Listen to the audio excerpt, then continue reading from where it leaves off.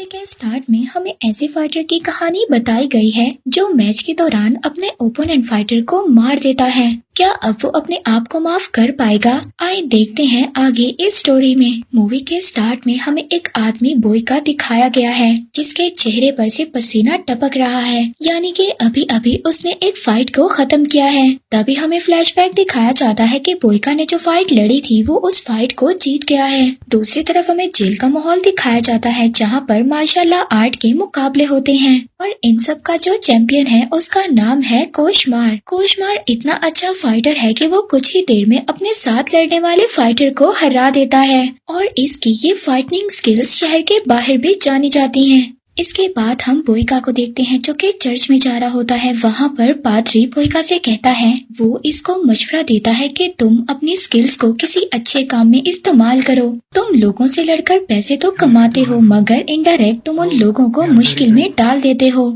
बोयका यहाँ पर पादरी के मशवरे पर सोचता दिखाई देता है मगर बोयका के पास कोई और जॉब नहीं थी, इसीलिए वो अभी अपने खेल को ही कंटिन्यू करेगा। इसके बाद हम देखते हैं कि बोयका के पास उसका मैनेजर आता है और बुडापेस्ट में होने वाली लड़ाई के बारे में उसको बताता है। अब बोयका भी इस मार्शल आर्ट के टूर्नामेंट में हिस्सा लेगा। बोयका ने चैंपियनशिप में लड़ने के लिए बहुत टाइम से वेट किया था और इसके लिए सख्त ट्रेनिंग की थी। टूर्नामेंट के स्टार्ट में हम देखते हैं कि बोयका को विक्टर नाम के फाइटर से लड़ना था। इसकी लड़ाई काफी ज्यादा सख्त थी मगर बोयका उससे लड़ने में कामयाब हो जाता है। बोयका अब इस लड़ाई को भी जीत लेता है मगर जैसे ही बोयका घर आ रहा होता है तो बोयका विक्टर को एम्बुलेंस में ले जाया जाता हुआ देखता है और उसको पता चलता है कि फाइट में विक्टर को बहुत ज्यादा चोट आई है। विक्टर इसका ओपोनेंट प्लेयर था इस फाइट में और अब उसकी हालत नासाज थी। इस बात पर बोयका अपने आप को कसूरवार समझता है और यहाँ पर उसे पादरी के अल्फाज भी याद आते हैं जिसने कि इसे कहा था कि तुम्हें अपनी स्किल्स को अच्छे कामों में इस्तेमाल करना चाहिए और इस तरह से लड़ाई में तुम लोगों को मुसीबत में डाल देते हो। फिर अगले दिन बोयका का मैनेजर उसके पास आता है और उसको बताता है कि फर्दर फाइट उसकी किसके साथ होगी। पर बोयका को पछतावा फील हो रहा था, वो खुद पर शर्मिंदा हो रहा था। इस वजह से वो अपने मैनेजर की बात को भी सही तरीके से नहीं सुनता। अब हम यहाँ पर देखते हैं कि बोयका हर वक्त विक्टर और उसकी फैमिली के बारे में सोचता रहता है। ये सर्च करता है विक्टर की वाइफ के बारे में जो कि रूस में रहती है। बोयका विक्टर की वाइफ से मिलकर उससे माफी मांगना चाहता था मगर इसका प्रेसिडेंट मार्शल आर्ट में होने वाले टूर्नामेंट के बारे में याद दिलवाने की कोशिश करता है और कहता है कि अगर वो रूस गया तो उसकी लाइफ खतरे में होगी। पर इस बात की बोयका को कोई भी परवाह नहीं थी। बोयका का मैनेजर उससे कहता है कि अपना पासपोर्ट जारी बनवाओ विक्टर की वाइफ से मिलने के लिए क्योंकि रूस में तुम्हारी लाइफ को खतरा है। इसके बाद हम देखते हैं कि बोयका रूस पहुंच जाता है। वहाँ पर वो विक्टर की वाइफ को देखता है जो अपने हस्बैंड का फ्यूनरल कर रही थी। तभी वहाँ पर जोराब नाम का आदमी आता है जो कि माफिया से बिलोंग करता है। ये आकर विक्टर की वाइफ को बताता है कि विक्टर पर बहुत ज्यादा कर्ज है और अब उसका कर्ज उसकी वाइफ को अदा करना होगा। विक्टर की वाइफ जिसका नाम अल्मा है वो उससे कहती है कि मैं कोई भी काम करूंगी इस कर्जे को अदा करने के लिए। ये सुनकर जोराब उसकी बात मान लेता है। वहाँ पर बोयका भी लेटर में बताए हुए एड्रेस पर पहुँच गया था और ये एक्चुअली में एक कम्युनिटी सेंटर था जहाँ पर बच्चे फुटबॉल खेल रहे थे। बोयका वहाँ पर एल्मा को भी देखता है। इसे एल्मा के बारे में पता था जो कि विक्टर की वाइफ है। ये उससे मिलना चाहता था मगर अभी नहीं। बोयका एल्मा का पीछा करते हुए दिखाया जाता है मगर तभी वहाँ पर जोराब नाम का आदमी आकर एल्मा को ले जाता है। जोराब एल्मा को एक फाइटिंग क्लब में लेकर जाता है। जोराब इस फाइटिंग क्लब का ऑनर है। वहाँ पर बोयका रिंग में एक ऐसे फाइटर को देखता है जो बिल्कुल बोयका की तरह फाइट कर रहा था मगर ये आदमी तो बोयका से ज्यादा मगरूर और अग्रेसिव लग रहा था। पर इससे बोयका को बहुत ज्यादा गुस्सा आ रहा था। तभी हम देखते हैं कि एल्मा बोयका के पास आती है और इससे कहती है कि तुम कब से मुझे फॉलो कर रहे हो, इसकी वजह बताओ कि तुम ऐसा क्यों कर रहे हो। तभी बोयका एल्मा को वजह बताने ही वाला था तभी वहाँ पर जोराब के आदमी आ जाते हैं। जोराब के आदमी बोयका को वहाँ से भगाना चाहते थे। बोयका बाहर आकर जोराब के आदमियों की खूब पिटाई करता है। तभी वहाँ पर जोराब भी आ जाता है। वो बोयका से कहता है कि आज के बाद तुम एल्मा को बिल्कुल भी तंग नहीं करोगे। अब जोराब के साथ क्योंकि वहाँ पर और ज्यादा भी लोग थे इसीलिए बोयका वहाँ से जाने पर मजबूर हो गया था। जोराब अपने आदमियों से बोयका पर नजर रखने का कहता है अगले दिन बोइका देखता है कि कम्युनिटी सेंटर में एल्मा वापस आ गई है। अब बोइका एल्मा को जाकर बताता है कि तुम्हारे हस्बैंड की डेथ मेरी वजह से हुई थी, इसलिए वो अब एल्मा की मदद करना चाहता है। मगर एल्मा बोइका से कोई भी मदद नहीं चाहती थी, वो यहाँ से बोइका को जाने का कह देती है। तभी हम सोराब को देखते हैं जो बहुत ज्यादा परेशान था क्योंकि उसका फाइटिंग क्लब बिल्कुल भी ठीक तरह से नहीं चल रहा था। उसके पास अच्छे फाइटर्स की कमी है, इस वजह से अब वो अच्छे फाइटर्स तलाश करना चाहता है जिनमें अच्छी फाइटिंग स्किल्स हों। अब क्योंकि बोइका एल्मा की कर्जा अदा करने में मदद करना चाहता था, इसलिए वो सोराब से कहता है कि मैं तुम्हारे फाइटिंग क्लब में फाइट करूंगा और इसके बदले में तुम्हें मुझे एल्मा की आजादी देनी होगी। ये सुनकर सोराब बोइका के सामने अपनी शर्त रखता है। वो कहता है ठीक है, मैं एल्मा को आजाद कर दूंगा अगर तुम लगातार 3 फाइट्स जीतो। दूसरी तरफ बोइका का मैनेजर भी उससे राब्ता करता है और उसको कहता है कि जल्दी से यूक्रेन वापस आ जाओ क्योंकि वहाँ पर करने के लिए कुछ इम्पोर्टेंट काम है। मगर यहाँ पर बोइका अभी एल्मा की मदद करने के लिए बिजी है। नेक्स्ट सीन में हम एल्मा को देखते हैं जो कि बोइका से मिलने आती है। वो उससे कहती है कि तुम्हारे लिए बेहतर है तुम रोज से चले जाओ क्योंकि मुझे तुम्हारी कोई भी मदद नहीं चाहिए। इस पर बोइका कहता है कि मैंने जो कुछ भी किया तुम्हारी मदद करने के लिए नहीं किया, बल्कि मैं अपने आप के सुकून के लिए कर रहा हूँ। मैं अपनी माजी की गलतियों का कफारा देना चाहता हूँ। लिहाजा अगर एल्मा को उसकी मदद नहीं चाहिए तो इस बात से बोइका को कोई भी फर्क नहीं पड़ता। अब बोइका ट्रेनिंग सेंटर में जाता है ताकि फाइटिंग के लिए तैयारी कर सके, मगर ये अच्छे से ट्रेनिंग नहीं कर पा रहा था क्योंकि दूसरा फाइटर इसको तंग कर रहा था। अब बोइका उसको हल्की सी किक लगाता है जिससे वो दूर जाकर गिरता है। इसके बाद हम देखते हैं कि बोइका की पहली फाइट स्टार्ट हो जाती है। इस बार बोइका की जिसके साथ फाइट थी वो इतना ज्यादा पावरफुल नहीं था, इसलिए बोइका को इसको हराना बहुत आसान था। ये उसे हरा देता है। उसे हराने के बाद जब ये ड्रेसिंग रूम में आता है तो वहाँ पर एल्मा आकर उससे मुलाकात करती है। वो इससे कहती है कि मैं एक जगह को जानती हूँ जहाँ पर तुम प्रैक्टिस कर सकते हो। अब एल्मा बोइका को कम्युनिटी के ट्रेनिंग रूम में लेकर जाती है और इसे बताती है कि मेरे हस्बैंड यहाँ पर ट्रेनिंग किया करते थे और अब यहाँ पर तुम भी ट्रेनिंग कर सकते हो। यहाँ पर हम कुछ बच्चों को देखते हैं जो बोइका को देखकर खुश हो रहे थे। इसके बाद बोइका की सेकंड फाइट स्टार्ट होती है। सेकंड फाइट में बोइका के 2 ओपोनेंट फाइटर्स थे। बोइका ने अब दोनों फाइटर से लड़ना था और बोइका के लिए ये फाइट बहुत ही ज्यादा मुश्किल थी और ये गिर भी जाता है चोट लगने की वजह से। मगर तभी ये एल्मा को देखता है। जब ये एल्मा को देखता है तो इसका जज्बा फिर से बढ़ जाता है और ये दोनों फाइटर्स को उठकर मजा चखा देता है। बोइका अपनी सेकंड फाइट भी जीत गया था। नेक्स्ट डे हम देखते हैं कि एल्मा कम्युनिटी सेंटर में बोइका के पास आती है और बोइका का दर्द दूर करने के लिए उसको बैंडेज करती है। बोइका एल्मा से पूछता है कि तुमने ये कम्युनिटी सेंटर क्यों नहीं छोड़ा, तो एल्मा उसको बताती है कि ये मेरा और विक्टर का ख्वाब था।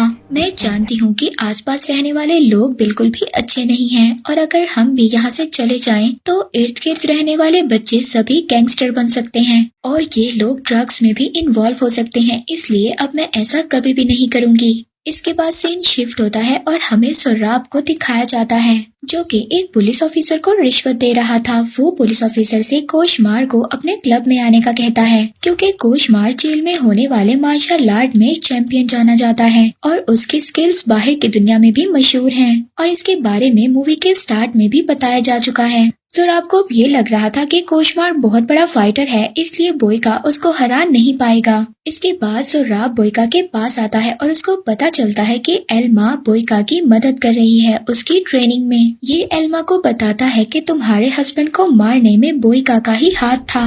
वो बताता है कि बोइका ही की वजह से तुम्हारे हस्बैंड की डेथ हुई। बोइका ही है जिसने तुम्हारे हस्बैंड के साथ फाइट कर उसको मारा था और तुम अपने ही हस्बैंड के कातिल की हेल्प कर रही हो। मगर हम देखते हैं कि एल्मा इसकी बात का यकीन नहीं करती। तभी बोइका को मैनेजर की कॉल आती है। वो बोइका से कहता है कि आज रात एक बस आएगी जो तुम्हें लेकर जाएगी। यहाँ पर बहुत जरूरी काम है जो तुम्हें करने हैं, वरना तुम्हारा फ्यूचर खतरे में पड़ सकता है। अब बोइका यहाँ पर फाइट के बाद जाने का सोचता है। अब बोइका जब होटल में जाता है तो वहाँ पर एल्मा पहले ही बोइका का वेट कर रही थी। वो वहाँ पर बोइका से अपने हस्बैंड के डेथ की वजह पूछती है। वो सारी बात एल्मा को बताना नहीं चाहता था क्योंकि वो जानता था इस बात से एल्मा को तकलीफ होगी, मगर तभी वो ये फील करता है कि बेहतर है जो सच्चाई है वो एल्मा को बता दी जाए, क्योंकि एल्मा को सारी सच्चाई जानने का हक है। इसीलिए बोइका एल्मा को सारी बात बता देता है। एल्मा हमें यहाँ पर बहुत ही ज्यादा मायूस दिखाई देती है और वो रोते रोते रूम से चली जाती है। इसके बाद हम लास्ट और थर्ड मैच देखते हैं। वो मैच अगर बोइका जीत जाता है तो जोराब की कैद से एल्मा हमेशा के लिए आजाद हो जाएगी। मैच में बोइका का फर्स्ट टर्न उस फाइटर के साथ होता है जिसका स्टाइल बोइका ने देखा था, जो उसे बिल्कुल उसके जैसा लगा था और वो बहुत ही मगरूर फाइटर था। बोइका इसको भी हराने में कामयाब हो जाता है, मगर साथ ही साथ इसने यूक्रेन वापस जाने के लिए जो बस मंगवाई थी उसका टाइम भी गुजर चुका था। अब सेकंड राउंड खत्म होने के बाद बोइका यहाँ से जाना चाहता था, मगर तभी जोराब वहाँ पर आ जाता है। वो बोइका से कहता है कि तुम्हें थर्ड राउंड भी लड़ना होगा और इसमें तुम्हें कोशमार के साथ फाइट करना होगी और वही तो इस राउंड का तुम्हारा रियल फाइटर है। बोइका कोशमार से लड़ते हुए बिल्कुल भी हिचकिचाता नहीं है, वो फाइट के लिए राजी हो जाता है। पहले तो बोइका कोशमार को कोई भी नुकसान नहीं पहुंचाता क्योंकि कोशमार की बॉडी बहुत ही ज्यादा मजबूत थी और कोशमार यहाँ पर हारने की बजाय बोइका पर ही अटैक किया जा रहा था। कोशमार बोइका को बुरी तरह से मारता है, मगर सेकंड राउंड में बोइका ने ओपनिंग देना स्टार्ट कर दी थी। हम देखते हैं कि बोइका कैसे कोशमार पर अटैक करता है। बोइका कोशमार को हराने में कामयाब हो गया था। तभी हम बोइका को देखते हैं जो कि बेहोश हो गया था। अब जोराब जब वहाँ पर देखता है कि बोइका ने उसके सभी फाइटर्स को हरा दिया था तो वो वहाँ पर अपने फाइटर्स को बोइका को मारने का कहता है और साथ ही साथ एल्मा को भी वहाँ से पकड़कर लेकर जा रहा था। बोइका जब वहाँ पर एल्मा को देखता है जो कि खौफ से रो रही थी, तभी बोइका वहाँ पर फाइटर्स को मारना शुरू कर देता है। वो एल्मा को बचाने के लिए जोराब के पीछे भागता है। जोराब के आदमियों में से एक आदमी बोइका के पेट में गोली मारता है। हम देखते हैं कि बोइका भी इस पर रिटर्न अटैक करता है, मगर वो इंजर्ड होने के बावजूद एल्मा को बचाने की कोशिश कर रहा था। जोराब अब यहाँ पर बोइका को धमकी देता है। वो कहता है कि अगर तुम आगे आए तो मैं एल्मा को कत्ल कर दूंगा। ये देखकर बोइका भी अपनी गन गिरा देता है क्योंकि उसने एल्मा को बचाना था। तभी हम एल्मा को देखते हैं जो मौका मिलते ही जोराब की उंगली को काट लेती है। जोराब जो कि अब तकलीफ में था, तभी बोइका भी इस बात का फायदा उठाता है और वो पीछे से जोराब को पकड़ लेता है। इसके मुंह पर जोर से पंच मारता है और इसका गला दबाकर वहीं पर इसको मार देता है। जोराब से लड़ने के बाद बोइका भी शदीद जख्मी हो गया था और इसकी सारी ताकत खत्म हो गई थी। नेक्स्ट सीन में हम बोइका को देखते हैं जो कि एल्मा से अपने किए हुए गुनाहों की माफी मांग रहा था। वो इससे कहता है कि मैं ही हूँ जिसकी वजह से तुम्हारे हस्बैंड की डेथ हुई। एल्मा यहाँ पर इसको कोई आंसर देती इससे पहले पुलिस ऑफिसर्स आकर बोइका को अरेस्ट कर लेते हैं। नेक्स्ट सीन में हम देखते हैं कि 6 मंथ्स गुजर चुके हैं और बोइका जेल में है। एल्मा यहाँ पर व्हाइट ड्रेस पहनकर बोइका से मिलने आती है और बोइका को आकर एक पेंटिंग दिखाती है। ये पेंटिंग कम्युनिटी सेंटर के बच्चों ने बनाई थी। एल्मा बोइका से कहती है कि मैंने तुम्हें माफ कर दिया और मेरी मदद करने के लिए तुम्हारा बहुत बहुत शुक्रिया। एंड में हम देखते हैं कि जेल में बोइका सबसे बड़ा फाइटर है और यहाँ पर वो मार्शल आर्ट का टाइटल जीतना चाहता है, इसलिए अब उसने जेल में ही लड़ना स्टार्ट कर दिया है।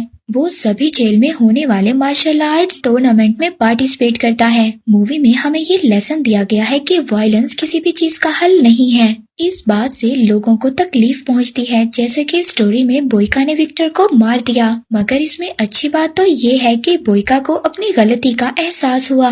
यहाँ पर उसकी तारीफ बनती है। उसने अपनी गलतियों का कफारा अदा किया और अपने अंदर सुकून लेकर आया। इसके बाद आगे हम एक फाइटर की स्टोरी देखते हैं जिसको ड्रग्स के यूज में पकड़ा गया था।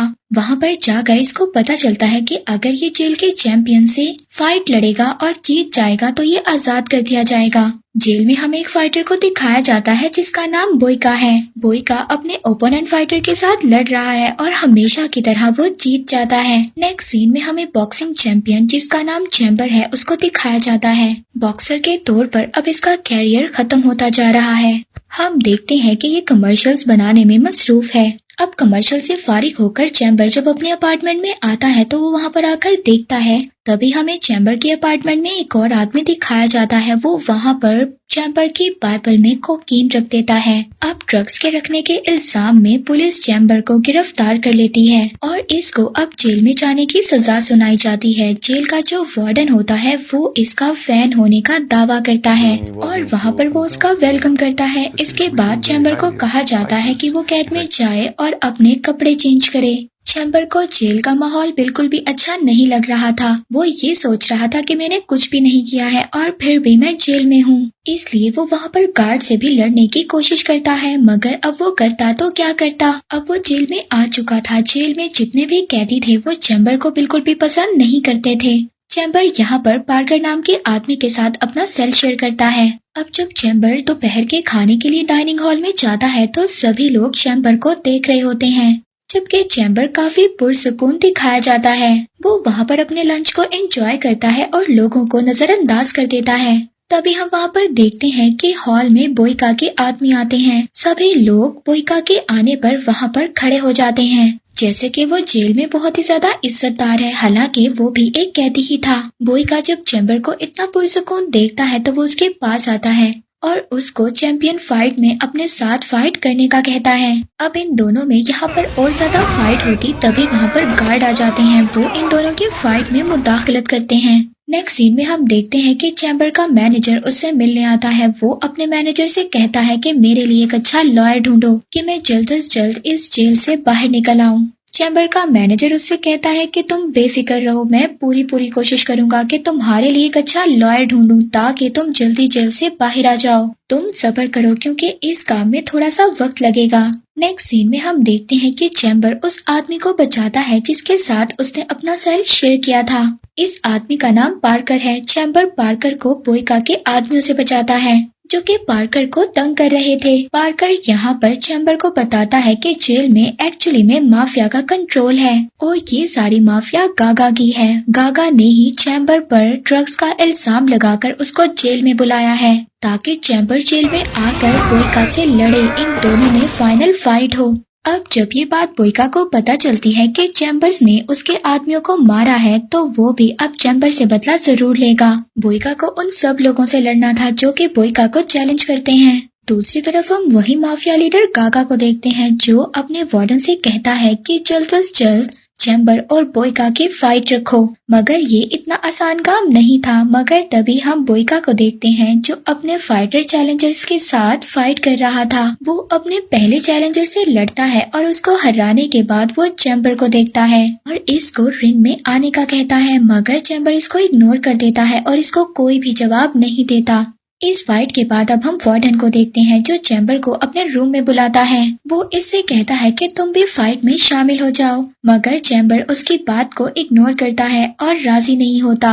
अब ये सब सुनने के बाद कि चैम्बर ने फाइट से इनकार कर दिया है तो वार्डन उसको करने के लिए भारी काम देता है ताकि वो खुद ही थक कर मजबूर हो जाए और बोइका से लड़ने के लिए तैयार हो जाए। मगर इतना कुछ वार्डन के करने के बाद भी चैम्बर राजी नहीं था। वो बोइका से फाइट नहीं करना चाहता था। हम देखते हैं कि चैम्बर जब बहुत ज्यादा काम करने के बाद सेल में वापस आता है तो वहाँ पर उसका दोस्त पार्कर भी बैठा होता है। तभी वहाँ पर बोइका के आदमी आते हैं और पार्कर के सामने बोलकर उससे गुंडागर्दी करते हैं। इसके बाद वो पार्कर पर जोर देते हैं ताकि वो चैम्बर को फाइट के लिए राजी करे।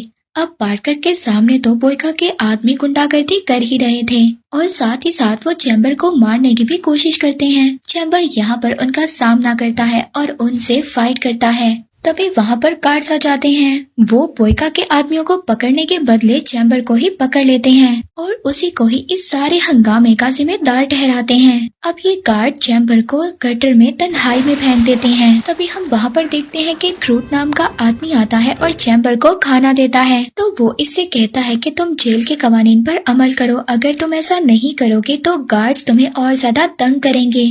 अब जब चैम्बर जेल से बाहर आता है तभी हम देखते हैं कि गागा भी चैम्बर से मिलने आता है। वो इससे आकर कहता है कि अगर वो बोइका से फाइट करने के लिए तैयार हो जाए तो वो और वार्डन मिलकर इसको जल्दी से जेल से बाहर निकालने का बंदोबस्त कर सकते हैं। तभी हमें यहाँ पर ये भी पता चलता है कि चैम्बर का जो मैनेजर था, जिसको हमने स्टार्ट में देखा, जो चैम्बर से मिलने आया था, इसने गागा के साथ मिलकर एक एग्रीमेंट पर साइन किया था और इनके एग्रीमेंट के मुताबिक चैम्बर बोइका से फाइट करेगा। अब यहाँ पर चैम्बर पहले तो फाइट के लिए मना कर रहा था, मगर जेल में उससे बहुत ज्यादा बुरा सलूक किया जा रहा था और उससे बहुत ज्यादा जिस्मानी मुशक्कत ली जा रही थी। इस वजह से अब वो फाइट के लिए तैयार हो जाता है। इसके बाद हम देखते हैं कि चैम्बर और बोइका दोनों ही फाइट के लिए तैयारी कर रहे होते हैं और दोनों सख्त ट्रेनिंग ले रहे होते हैं, क्योंकि दोनों के ओपोनेंट कोई आम फाइटर नहीं है। बोइका की स्किल्स ऐसी हैं कि कोई भी उससे हार जाए। वहाँ पर हम बोइका के आदमियों को देखते हैं जो कि पार्कर के पास आते हैं। पार्कर वहाँ पर इलीगल ड्रग्स का यूज कर रहा था, मगर इस बार बोइका के आदमी उसको आकर तंग नहीं करते, बल्कि एक अहम काम करने का कहते हैं। आखिरकार वो दिन आ ही जाता है कि चैम्बर और बोइका के दरमियान फाइट होगी। दोनों एक दूसरे को हराने के लिए बहुत जोश के साथ फाइट स्टार्ट करते हैं। लड़ाई में चैम्बर बोइका के फाइटिंग स्किल्स को देखकर हैरान रह गया था, क्योंकि उसने अपनी लाइफ में पहले ऐसे स्किल्स नहीं देखे थे और ना ही उसको रोक पा रहा था। तभी हम देखते हैं कि आहिस्ता आहिस्ता चैम्बर उसकी स्किल्स को पहचान रहा था। उसको समझ आ रही थी कि वो इस पर कैसे अटैक कर रहा है और यहाँ पर हम देखते हैं कि चैम्बर उसके अटैक्स को रोकने में कामयाब हो रहा था। चैम्बर यहाँ पर बोइका के अटैक्स को रोकने में कामयाब हो जाता है और फर्स्ट राउंड में जीत जाता है। दूसरी तरफ हम देखते हैं कि पार्कर के पास बोइका के आदमी आते हैं। वो इसको एक मिनरल वाटर की बोतल देते हैं जिसमें उन्होंने ड्रग्स को शामिल किया हुआ था। पार्कर चैम्बर को ये पानी पिलाना नहीं चाहता था, मगर वो मजबूर था। बोइका के आदमियों ने उसको धमकी दी थी, इसलिए जैसे ही पहला राउंड खत्म होता है, पार्कर चैम्बर को वो पानी की बोतल दे देता है। जैसे ही चैम्बर वो पानी की बोतल पीता है तो वो अपने होश खो देता है। तो सेकंड राउंड में बोइका चैम्बर को एक किक मारता है और वो बेहोश हो जाता है। इस वजह से वो हार जाता है। तभी हम चैम्बर को देखते हैं। जब उसको होश आता है तो उसको पता चल गया था जो उसने पानी पिया था उसमें ड्रग्स था। अब चैम्बर बहुत ज्यादा गुस्से में आ गया था और वो पार्कर के पास जाता है इस बात की एक्सप्लेनेशन लेने के लिए कि उसने उसके साथ ऐसा क्यों किया। और जब वो सेल में जाता है पार्कर से मिलने के लिए, तो वो वहाँ पर हैरान हो जाता है ये देखकर कि पार्कर जो अपने आप को मुजरिम महसूस कर रहा था, उसने अपने आप को मार दिया था और साथ ही उसने चैम्बर के लिए एक सॉरी लेटर भी लिखा था। चैम्बर को ये बात समझ आ गई थी कि पार्कर ने उसके साथ ऐसा इसलिए किया था क्योंकि उसको धमकी दी गई थी।